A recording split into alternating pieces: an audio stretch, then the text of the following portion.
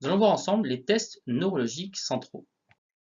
Il n'y a pas de prérequis pour cette capsule, mais il faudra les mettre en lien avec les autres capsules ci-dessous, c'est-à-dire l'examen neurologique central, les facteurs circonstanciels et les drapeaux rouges, etc.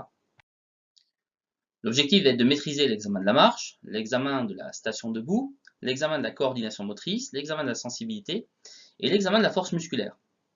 Tout cela en neurologie pour pouvoir les intégrer ensuite dans une démarche clinique ostéopathique. Commençons d'abord par l'examen de la marche. Donc, on peut avoir des troubles de la marche par ataxie, c'est-à-dire une absence d'ordre.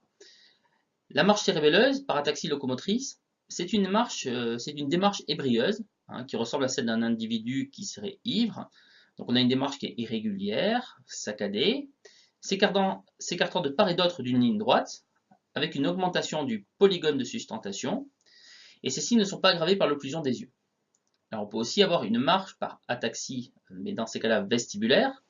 Donc là, on aura une tendance à la déviation lors de la marche, soit vers la droite, soit vers la gauche, que le patient peut corriger dans une certaine mesure.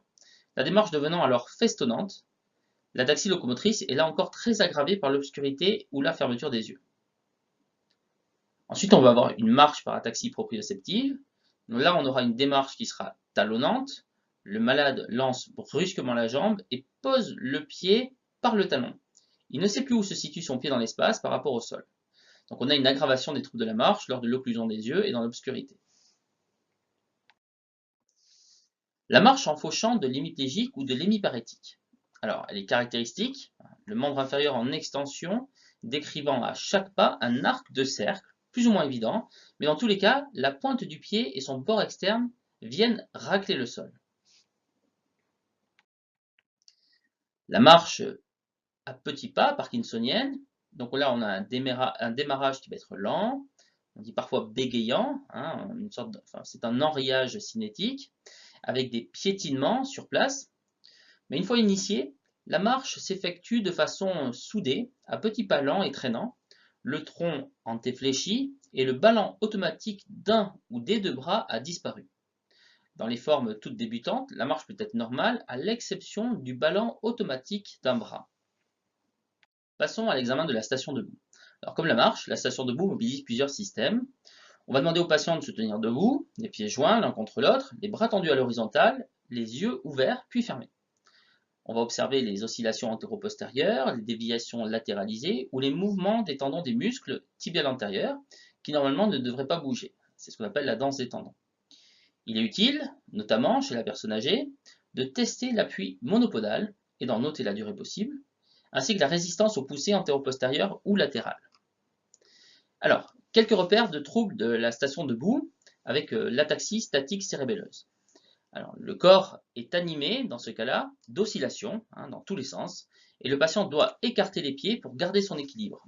Dans les formes discrètes, tout se résume à une danse incessante du tendon du muscle tibial antérieur au niveau des chevilles, ou à un déséquilibre trop aisément obtenu par une poussée antéro-postérieure ou latérale relativement faible.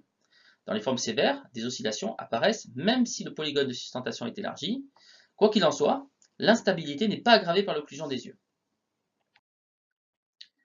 En ce qui concerne l'ataxie statique, labyrinthique ou vestibulaire, le patient est debout, les yeux fermés, les talons joints, au garde à vous. On observe de façon retardée une déviation latéralisée du corps, toujours dans le même sens et la même direction vers le labyrinthe lésé, hein, donc qui est le moins réactif. L'existence d'un signe de Romberg labyrinthique ne doit être affirmée que lorsqu'il existe une différence nette de stabilité à la station debout, les yeux ouverts et les yeux fermés. Ce qui est caractéristique, c'est l'apparition ou l'accentuation du déséquilibre yeux fermés. Yeux ouverts égale équilibre, yeux fermés égale chute latéralisée ou latéropulsion, alors parfois avec une antépulsion ou une rétropulsion. Cette manœuvre peut être sensibilisée si le patient, les membres inférieurs tendus, place ses index en face de ceux de l'examinateur. On observe alors une déviation lente et retardée des index vers le labyrinthe lésé, soit vers la droite, soit vers la gauche. L'ataxie sensitive. Donc là, c'est une atteinte des voies proprioceptives conscientes. Alors on a une mauvaise perception du sol, peu d'oscillations autour de la position d'équilibre, on n'a pas de danse des tendons, mais on peut avoir une chute brutale, immédiate, non latéralisée, lors de la fermeture des yeux.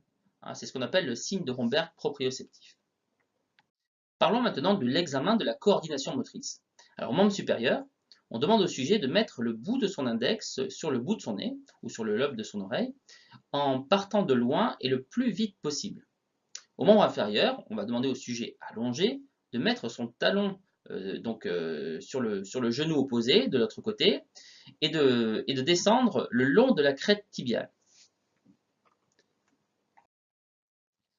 Alors, on va examiner la sensibilité. Donc, pour l'examen de la sensibilité lemniscale, épicritique, donc ça va correspondre à la sensibilité au tact, hein, avec son doigt ou avec un coton-tige. On va demander au patient, les yeux fermés, d'identifier le sens de position du gros orteil, hein, ou des doigts de la main. Ou encore d'aller saisir son pouce avec sa main contralatérale, les yeux fermés. Pour l'examen de la sensibilité spinothalamique, donc on va rechercher la sensibilité nociceptive à l'aide d'une épingle ou la partie piquante du marteau réflexe. La sensibilité thermique à l'aide d'un tube rempli d'eau chaude ou d'eau froide. Ensuite, pour l'examen de la force musculaire, il s'agit de mettre son patient en situation d'effectuer des séquences motrices. Classiquement, les neurologues utilisent l'épreuve de Mangasini. Donc, le patient est en décubitus, les cuisses sont à la verticale, les jambes à l'horizontale. La manœuvre de Barré, le patient en procubitus, les jambes seront à la verticale. Pour l'épreuve des bras tendus, on demande au patient de maintenir les bras tendus à l'horizontale à partir de la position debout. Donc il convient d'attendre 10 à 20 secondes avant de conclure quant à l'absence de déficit lors de ces manœuvres.